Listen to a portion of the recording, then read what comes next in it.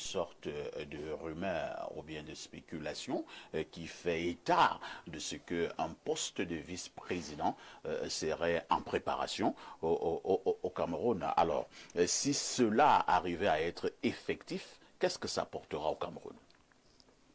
Moi, je ne trouve pas, je ne parlerai pas en termes d'apport, je parlerai en termes d'effet et d'impact. Pour moi, c'est le plus important. C'est-à-dire qu'un poste de vice-président serait révélateur de beaucoup de choses, entre autres la mauvaise intention de ceux qui nous dirigent, la mauvaise intention. Et quand je le dis, je pense qu'il n'est pas opportun de procéder à une révision constitutionnelle et créer ainsi un poste de vice-président en l'état actuel. Il n'est pas opportun. Et pourquoi? Il n'est pas opportun. Il n'est pas opportun pour plusieurs raisons, mais je m'en tiens à la raison de temps. La raison de temps ou le moment qui ne serait pas indiqué. Alors, quand je parle du temps, je parle justement de ce qui nous arrive depuis au moins 5 ans avec le marasme dans lequel nous vivons, les désordres du gouvernement, des membres du gouvernement, les gens qui ne respectent pas le président et l'âge du président lui-même. Parce que si on introduit un poste de vice-président, cela révélateur, première intention, de la mauvaise intention du président de la République, c'est-à-dire à perdurer au pouvoir malgré son âge. Ça, c'est la première chose. Nous n'avons rien contre son âge, mais nous savons que ces 5 dernières années nous ont renseigné sur le fait que le président n'a plus vraiment la main sur sa machine. Parce que rien ne marche. Et tout le monde peut voir le marasme dans lequel nous nous trouvons. C'est vrai qu'il aurait organisé lui-même le pourrissement de l'État pour peut-être avoir des objectifs ou atteindre des objectifs que lui seul connaît. Mais nous voyons tous qu'il ne tient plus la machine. Alors, créer un poste de vice-président reviendra en fait à créer un président bis. C'est-à-dire qui utiliserait ou du moins qui userait de la vigueur que lui il n'a plus pour pouvoir travailler. Donc, un substitut présidentiel qui viendrait en fait travailler à sa place et lui continuer tranquillement à faire ce qu'il fait, c'est-à-dire à ne rien faire. Donc, ce serait signé un pacte... Est-ce qu'on va dire que le président ne fait rien? C'est pas excessif à l'air. Ce serait signer un pacte de farniente, c'est-à-dire un pacte de ne rien faire à la tête de l'État, en créant un poste de vice-président. Ça, c'est la première mauvaise intention. L'autre mauvaise intention que cacherait un projet macabre comme celui-là, parce que je l'appelle un projet macabre, c'est celui justement qui dévoilerait l'intention du président de la République de mourir là où il est. Parce qu'en fait, à son âge, et nous le voyons déjà, il a des difficultés à diriger. Et créer un poste de vice-président reviendrait simplement à se déresponsabiliser lui-même et de porter l'entière responsabilité du travail gouvernemental et de la direction de l'État à un substitut qu'il nommerait, ou je ne sais pas quelles sont les modalités de désignation de ce vice-président. Et donc, ça veut dire tranquillement qu'il attendrait simplement que la nature fasse son travail et que le peuple camerounais reste dans ce que nous continuons à vivre aujourd'hui. Deuxième chose. Troisième mauvaise intention, je reste toujours sur le président de la République, cela dévoilerait que le président de la République veut vraiment laisser le pays dans un désordre et peut-être dans un conflit permanent et peut-être dans le feu et dans le sang. Parce que les luttes de succession que nous voyons actuellement là, dans l'une des luttes de succession, nous savons que la plupart des leaders d'opinion et le peuple sont contre cette affaire de dynastie. Alors, créer un poste de vice-président, on soupçonnerait effectivement que ce pourrait être, là maintenant je fais un procès d'intention, et là c'est très subjectif ce que je dis, mais je m'y avance. Ce serait soupçonner que ce serait peut-être son sang qui pourrait... Il n'y a aucun antécédent. C'est nouveau ce que vous faites aujourd'hui. On peut anticiper Abel Elimbeno. Donc c'est extraordinaire parce que habituellement nous réfléchissons sur des faits. Et là, il n'y a aucun document. Je vous parle des sources généralement très introduites. Alors si c'est des sources, elles sont occultes puisque vous ne pouvez pas les assumer publiquement. Mais habituellement, vous nous avez toujours mis sous la table des faits. C'est également notre rôle, hein, Abel Elimbeno, d'anticiper. Okay. C'est également le rôle du journaliste. Je vous conseille. Surtout le journaliste politique. Je vous conseille peut-être c'est vous qui savez. Lorsque cela arrivera, qu'est-ce que vous allez dire à Abel Elimbi? Que vous avez vu. Voilà. Venir. Et ce sera peut-être le seul. En tout cas, l'émission est archivée. Donc, moi je me demande pourquoi il y a un tel souci. C'est pour régler quel problème? Et la réflexion ne peut être que pauvre, dans la mesure où on ne sait pas ce qu'on va mettre dedans. Si on fait un poste de vice-président pour changer les dispositions de la Constitution qui gère la vacance, qui prévoit que c'est le président du Sénat qui devrait pouvoir remplacer le chef de l'État pendant au maximum 120 jours et qui ne peut pas changer le gouvernement et qui ne peut pas lui-même être candidat. Ensuite, pour mettre un vice-président, est-ce que ce vice-président, la création de ce poste va entraîner la modification du code électoral? Parce que si ce vice-président est un élu, à ce moment, il faut modifier aussi le code électoral pour prévoir son élection. S'il est un nommé, c'est quelque chose d'extrêmement grave dans la mesure où le chef de l'État, lui, il est élu et il nomme quelqu'un qui pourrait devenir chef de l'État sans être un élu. Donc vous voyez que c'est un biais extrêmement important à la culture démocratique que nous nous efforçons de mettre en place. Un élu se fait remplacer, le cas échéant, par quelqu'un qui n'est pas un élu. C'est très grave. Le poste de président de la République est sacralisé par l'élection. Il est sacralisé par l'élection. Donc si on crée un poste de vice-président, eh bien, la sagesse voudrait que ce vice-président soit probablement élu en même temps que le président. À partir de ce moment, il faut modifier le code électoral. Donc, vous voyez que ce chantier est extrêmement important pour les quelques mois qui nous restent avant l'élection. Mais bon, rien n'est impossible. Intervenir après voilà, l'élection. voilà. Non, si vous élisez, si vous commencez déjà à élire le président avant qu'on élise le vice-président, cela voudrait dire que après l'élection du président de la République, on va entrer dans un nouveau régime qui sera défini par un nouveau code électoral. C'est une alchimie politique très insensée. S'il faut faire un poste et que ce poste est un poste d'élu, il faut le faire maintenant, avant l'élection, et envisager que l'élection de ce vice-président se fasse au cours du processus qui amène le nouveau président en place. Et ce que je veux dire, c'est que quand on sait qu'en 2011, le président Biya a été élu avec 3 772 527 voix et qu'en 2018, il a été élu avec 2 521 934 voix. C'est-à-dire que dans son propre camp, il a perdu 1 250 000 voix. Il faut que ceux qui imaginent ce type d'alchimie fassent un peu attention, parce que si le président perd encore à l'occasion de cette élection qui s'annonce, 1 250 000 voix du fait de ce que toutes ces manipulations politiques, son âge, etc., amènent beaucoup à l'intérieur de son propre camp, même sans le dire à voix haute, à être désintéressé par ces manœuvres. Les gens auraient souhaité qu'il passe à la main. Il n'est pas en train vraisemblablement de le faire. Il va mettre le parti dans des situations difficiles que beaucoup perçoivent. Eh bien, ça veut dire quoi? Ce que je suis en train de dire veut dire que le président de la République, en se reconduisant à la candidature, est en train de se rapprocher, de par les chiffres, de l'échec. Donc, s'il échoue, à supposer qu'il échoue après avoir envisagé cette révision constitutionnelle. Parce que cette révision constitutionnelle, l'esprit de fond, c'est qu'il va gagner.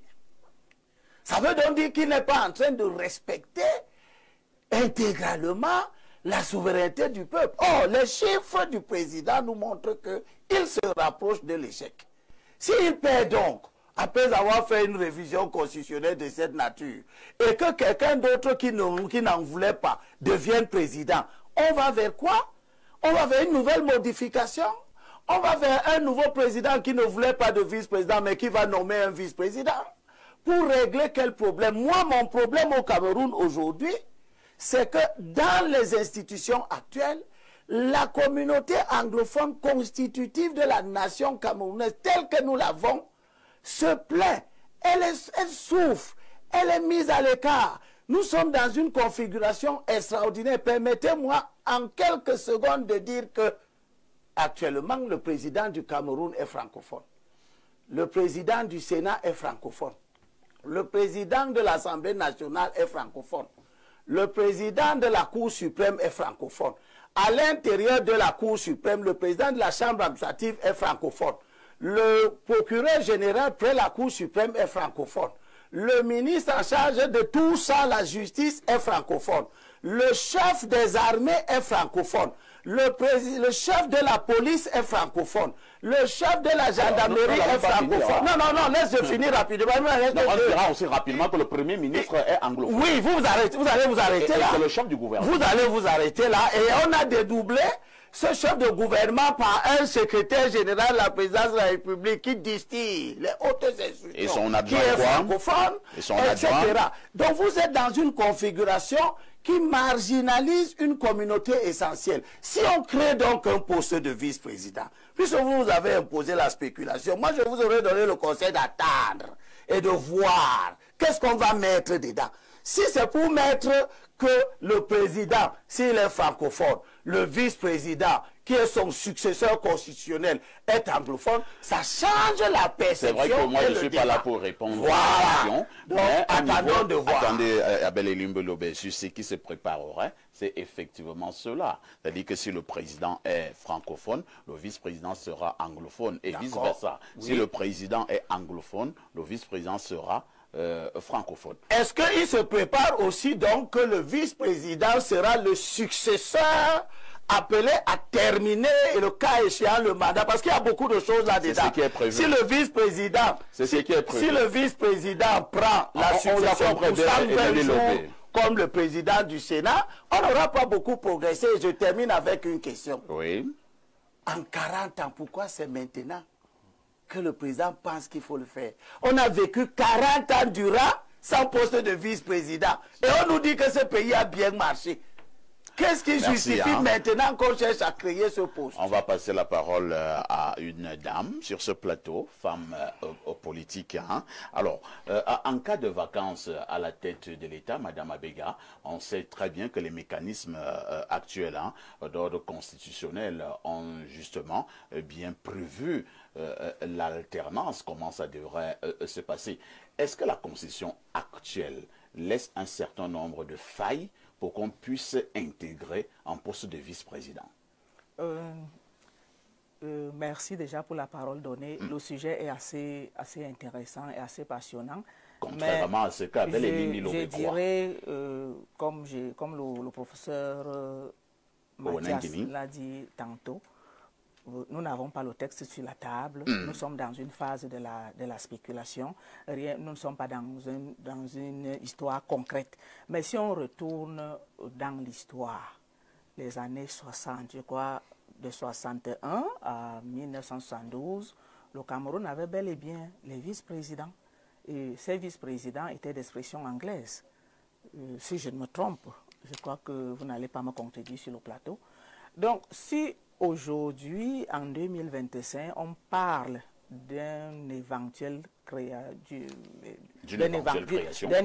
poste de vice-président, ça veut dire que nous sommes dans la phase d'un rétropédalage où nous irons dans les archives transporter ce que nous avons abandonné depuis 1972 lors de la mise en place de l'État unitaire. Et à l'époque, c'était le président Aïjo qui a mis en place l'État unitaire, et avec un référendum, on a éliminé le poste de vice-président.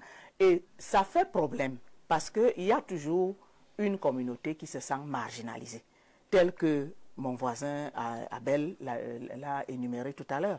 Cette communauté pense qu'elle n'est pas assez représentée dans les instances de décision.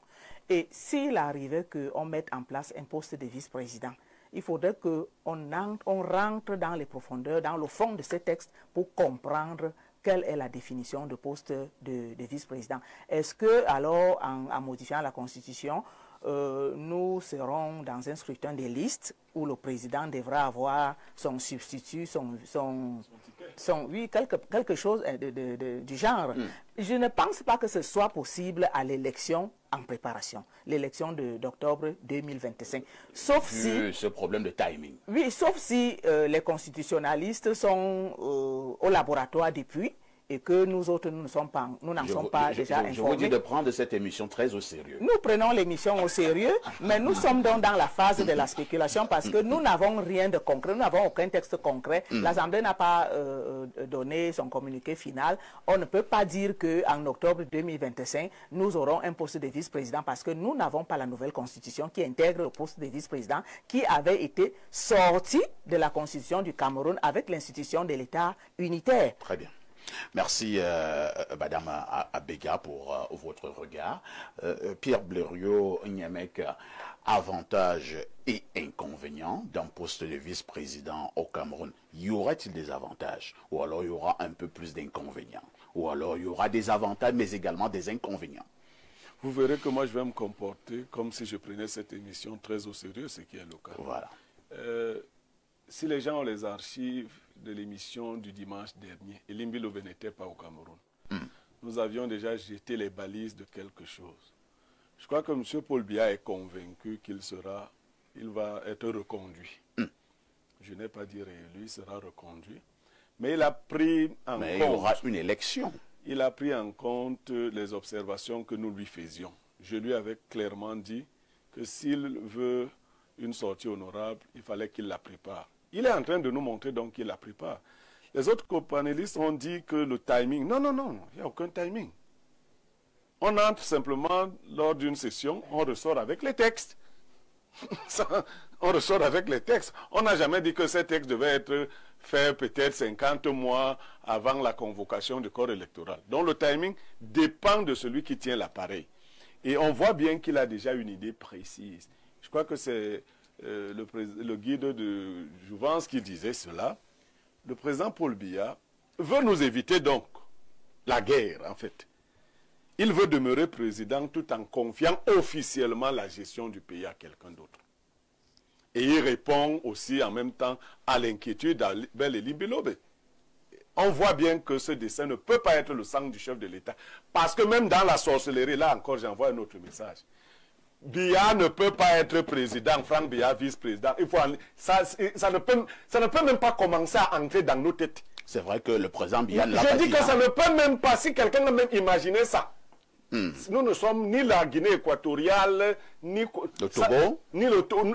Ce genre d'amusement même, Franck, reste tranquille. On ne veut, ça ne te concerne même pas. Franck n'a pas dit qu'il avait des ambitions.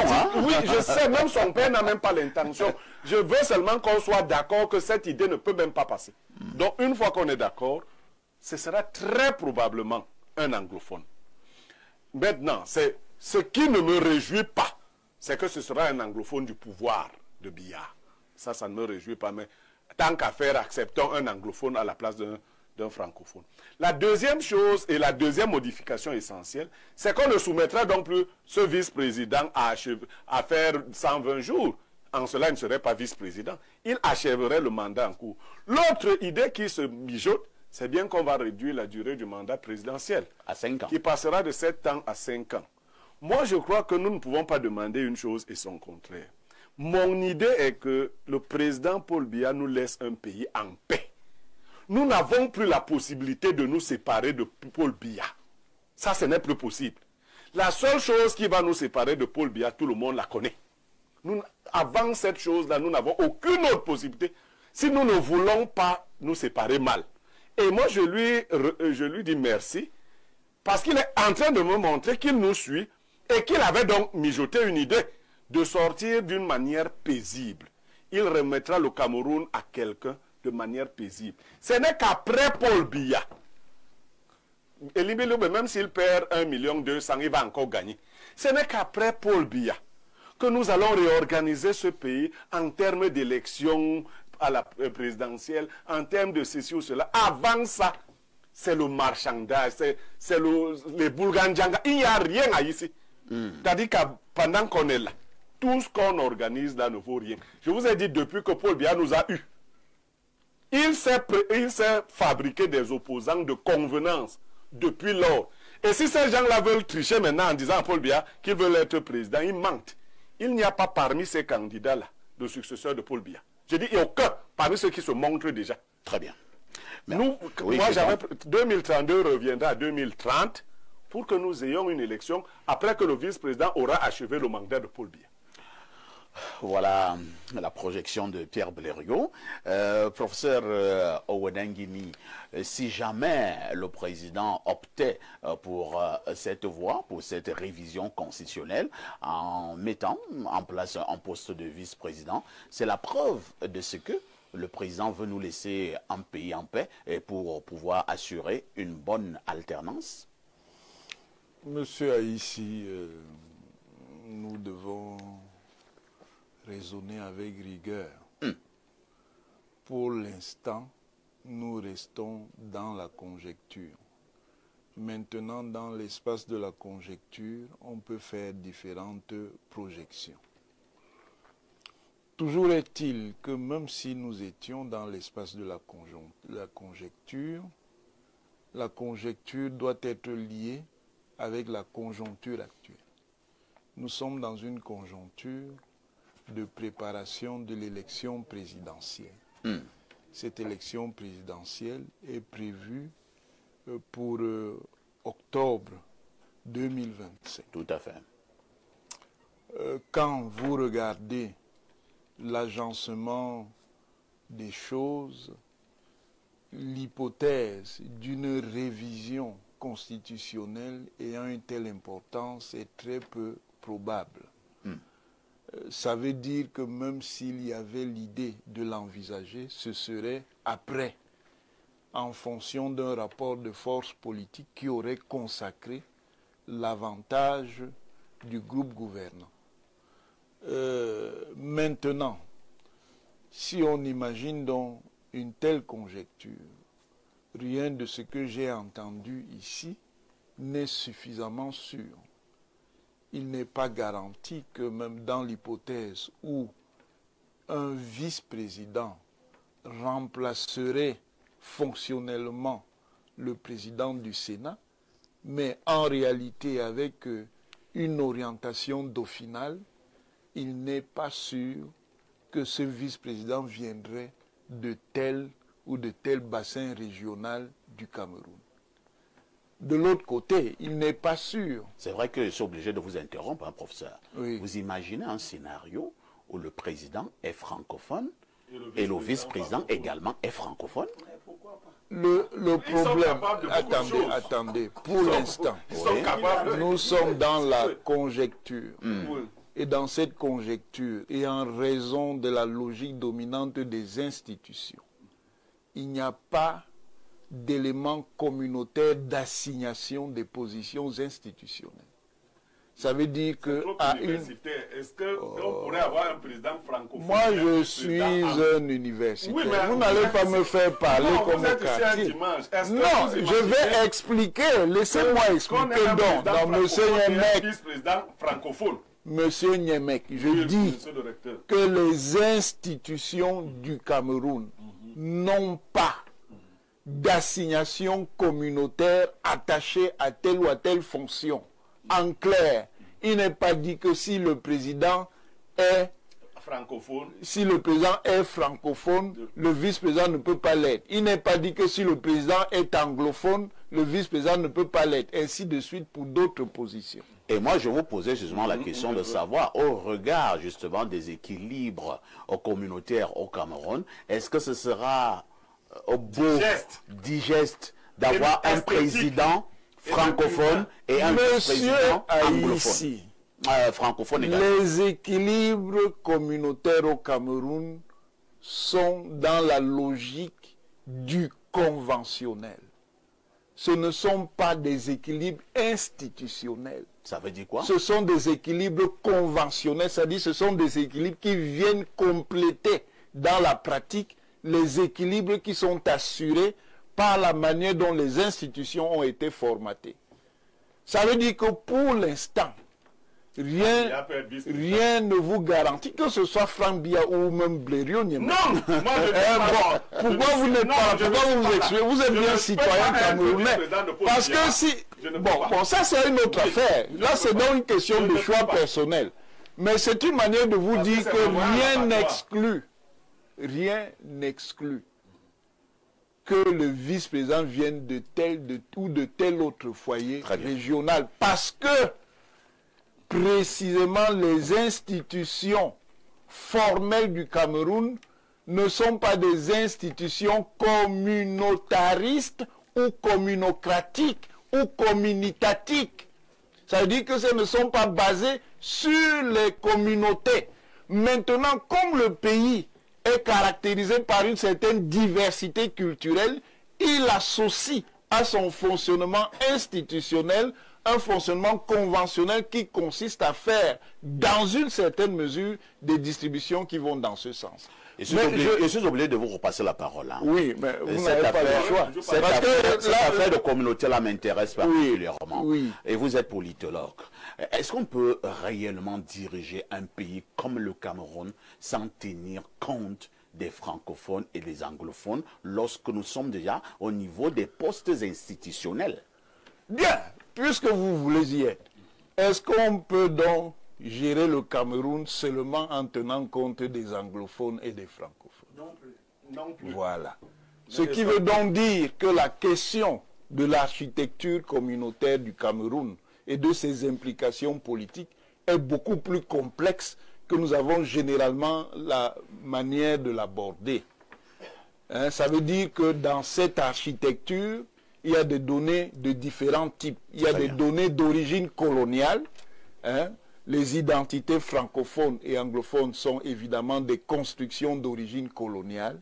Et il y a des données précoloniales, puisque le processus colonial a trouvé déjà des entités historiques et sociales qui existaient, qu'elle a présentées de manière assez réductrice comme étant des tribus. Bon, il y a certainement du tribal là-dedans, mais c'est plus complexe que ce que le colon a pu dire. Tout ça pour dire quoi? Et ce sera pour terminer. Tout ça pour dire que nous restons sur le terrain de la spéculation. Nous sommes d'accord. Et si on envisage un tel changement, ce changement-là, en réalité, il portera un programme d'au-final. Cela signifie que le président voudrait préparer son dauphin, en français facile, son remplaçant. Le français que j'utilisais n'était pas difficile. Non, c'est l'université. Quand on peut vous parler des changements au final. Vous voulez que je parle, je l'ai dit que si tu lui vois. C'est pas ce que nous disons. On va passer là. Élection présidentielle au Cameroun, c'est chaud. C'est vraiment chaud, c'est vraiment chaud. Souvenez-vous, il y a un parti, le Malidem, qui a décidé d'investir le professeur Maurice Kamto du MRC, parce que lui n'a pas les élus pour se présenter aux élections. Mais ce qui se passe, c'est que le président du MRC, qui s'est fait investir par Anissé Kanet du Malidem, ce dernier n'est désormais plus reconnu par le ministère de l'Intérieur. Son nom a été carrément modifié cette nuit sur le site du ministère de l'administration territoriale, qui est l'équivalent du ministère de l'Intérieur en France.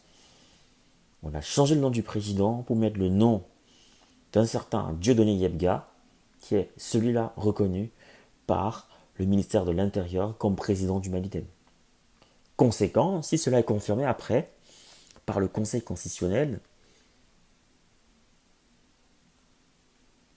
l'acte signé par le président du Malidem investissant Maurice Kamto devient nul. Gros danger. Gros danger, grosse épée de Damoclès sur la tête de Maurice Kamto. Qu'est-ce qui va se passer? Qu'est-ce qui va se passer? Les élections camerounaises avec pas mal de rebondissements, 83 candidatures, une investiture inattendue, un parti entre guillemets appelé Yango par les adversaires. Qu'est-ce qu'on n'a pas encore vu? Qu'est-ce qu'on n'a pas encore vu? En tout cas, on n'a pas encore tout vu. Ça ne fait que commencer, nous sommes qu'en pré-campagne. Mais qu'est-ce qui va se passer si jamais Maurice Kamto est débouté par le Conseil constitutionnel? En tout cas, ses partisans sont aux aguets. Ils attendent ce qui va se passer. Bah, nous aussi on attend. On verra bien ce qui va se passer. On a hâte. Vous voulez créer du contenu qui captive, qui informe. Vous voulez partager votre expérience, votre expertise avec le monde. Vous voulez gagner de l'argent avec ce que vous aimez. Alors, ma formation, elle est pour vous. Cette formation, elle est taillée sur mesure pour vous. Dans cette formation, vous allez apprendre à vous lancer dans la création de contenu, à choisir le bon format, le bon support. Dans ma formation, on apprend à trouver sa niche. On apprend à trouver sa valeur ajoutée, sa proposition unique, sa cible idéale. On apprend plein de choses dans cette formation. Dans ma formation, on apprend à trouver son rythme, on apprend à planifier son contenu, à optimiser son temps tout en restant motivé. C'est une formation accessible à tous, que vous soyez expérimenté, débutant, voilà, que vous vouliez créer du contenu audio, vidéo, écrit ou multimédia. Cette formation, elle est pour vous. Vous devez absolument l'apprendre. Alors cette formation est flexible, vous pouvez la suivre à votre rythme, selon vos disponibilités, vos besoins, vos envies. Elle ne coûte pas cher. 150 € pour tous les résidents en Occident et 75 000 francs pour tous ceux qui résident en Afrique. 75 000 francs CFA seulement. Alors qu'est-ce que tu attends? Souscris rapidement à cette formation parce que les places sont limitées à 50 places maximum et il y aura des formations chaque mois. Chaque formation dure 2 semaines minimum et 1 mois pour ceux qui ont du mal. Il y aura 2 semaines en plus de rémédiation pour essayer d'aider les autres. Alors, appelle ce numéro rapidement et surtout, écris à cet email pour souscrire à cette formation. Voilà, le numéro, je rappelle, 0467 81 59 18 précédé du plus 32. Donc, je reprends, plus 32 0467 ou alors plus 32 467 81 59 18 disponible bien sûr par appel et sur WhatsApp ou alors écrivez-moi tout simplement par mail pour souscrire à votre formation. Donc je vous attends nombreux et les places sont très limitées. Donc à très bientôt.